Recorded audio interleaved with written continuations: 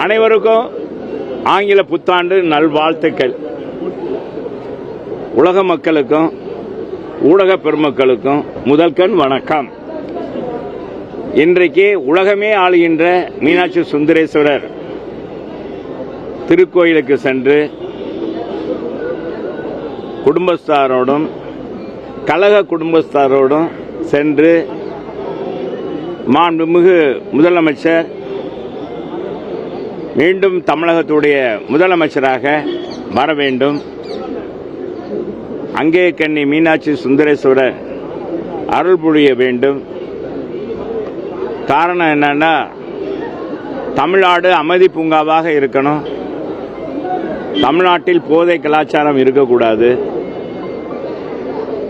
குழந்தையிலிருந்து பாட்டியல் வரைக்கும் பாதுகாப்பு வேணும், நாட்டில் ஊழலில்லா ஆட்சி, அனைவருக்கும் சமமான ஆட்சி, உண்மையான ஆட்சி, உண்மையான தமிழகத்துக்கு விடியலை மாண்புமிகு எடப்பாடியார் கொடுப்பார். அதற்கு சான்று கொரோனா காலத்தில் அவர் பணியாற்றிய விதம், அரசு அதிகாரிகளை அமைச்சர்களை கையாண்ட விதம், அது மட்டுமல்ல இடர்பாடு காலங்களில் தமிழகத்தில் புயல் வறட்சி எது வந்தாலும் மக்களுக்கு துணையாக இருந்து ஒரு சாமானியனாக நம்மளை போன்ற ஒரு குடும்பத்தில் பிறந்து ஏழை எளிய மக்களுடைய கஷ்ட நஷ்டங்களை தெரிந்ததனால் நல்லாட்சியை 4 ஆண்டுகள் 3 மாதம் கொடுத்தார். புரட்சித் தலைவர் அம்மா, புரட்சித் தலைவர் மனித புனிதர் புரட்சித் தலைவர் கொடுத்ததை போல் மக்களுக்கான ஆட்சியை கொடுத்தார்.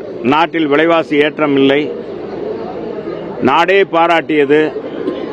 தனக்குத்தானே பாராட்டு விழா நடத்துவது கிடையாது, தனக்குத்தானே என்னுடைய ஆட்சி தான் சிறந்த ஆட்சி, இந்தியாவிலே முதன்மையான ஆட்சி என்று அவர் எந்த நேரத்திலும் சொன்னதில்லை. பாரத பிரதமர் சொல்லியிருக்கிறார், உலகத்தில் இருக்கிற ஊடகங்கள் சொல்லியிருக்கிறது, சுகாதார மையம் சிறப்பாக இந்த கொரோனா தொற்றை ஒழித்திருக்கிறார் என்று சொல்லியிருக்கிறார். எந்த முதலமைச்சரும் சாதிக்காத சாதனையை ஒரே வருஷத்தில் 11 மருத்துவக் கல்லூரி கொண்டு வந்தோம். ஏழை பாளைகள், விவசாயிகள், சாதாரண தொழிலாளர் பிள்ளைகள்லாம் 5 பைசா செலவில்லாமல் மருத்துவ படிப்பு முடித்து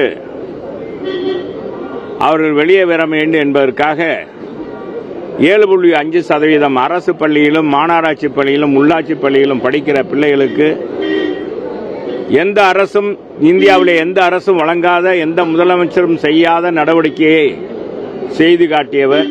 அவர் தலைமையிலே விலைவாசி ஏற்றம் இல்லை, எந்த அசம்பாவமும் இல்லை.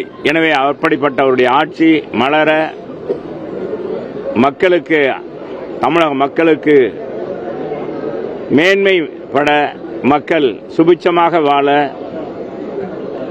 எந்த கஷ்ட நஷ்டம் இல்லாமல் வாழ அவர் வர வேண்டும். தமிழக மக்கள் வாழ்வாங்கு எப்படி புரட்சித் தலைவர் அம்மா காலத்தில் வாழ்ந்தாங்களோ அது போன்ற ஒரு வாழ்க்கை வாழ அண்ணன் எடப்பாடியார் நடவடிக்கை எடுப்பார் என்பதை இந்த நேரத்தில் தெரிவித்துக் கொள்கிறேன். எனவே அவர் தலைமையிலான கூட்டணி மீண்டும் தமிழகத்திற்கு ஆட்சிக்கு வரும், ஆட்சிக்கு உறுதியாக வெற்றி பெறுவார். எடப்பாடியார் தான் 2026 முதலமைச்சர்.